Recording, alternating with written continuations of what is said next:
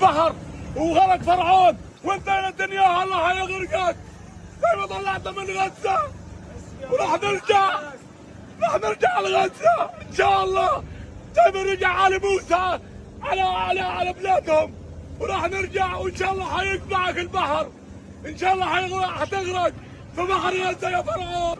انا بحب غزه، بديش اطلع منها. طلعتنا القذايف والمدفعيه، طلعنا منها بالقوه. احنا بنحب السلام، هو طلعنا منها ليش؟ ايش عملنا له احنا؟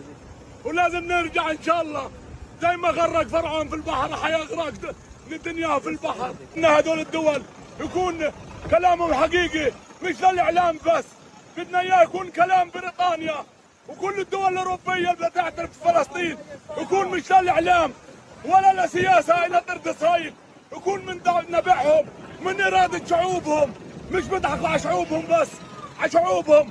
بدنا يكون اراده قويه ويرضوا شعوبهم، يرضوا كل الناس اللي بتحب السلام. لما يعترفوا بدوله فلسطين بصير لنا حق انه هذا وطن انسلب منا سلب. اسرائيل بتعده احتلال، انه ما لناش وطن، بس لما يعملوا دوله انه بكونوا اخذوا حاجه مش لهم، انه العالم كلها اعترفت فيها هذه الارض وشعبها، وانه اخذ شيء بالقوه منه. دمرها كلها، ما ضلش مباني، ما ضلش دور، ما ضلش شجر، ما ضل، كسروا كل حاجه، دمروا الشيخ رضوان، دمروا غزه، دمروا كل شيء. يقفوا معنا يا عم، احنا شعب غلبان وبنحب السلام. ظلمونا، انا معي 15 نفر.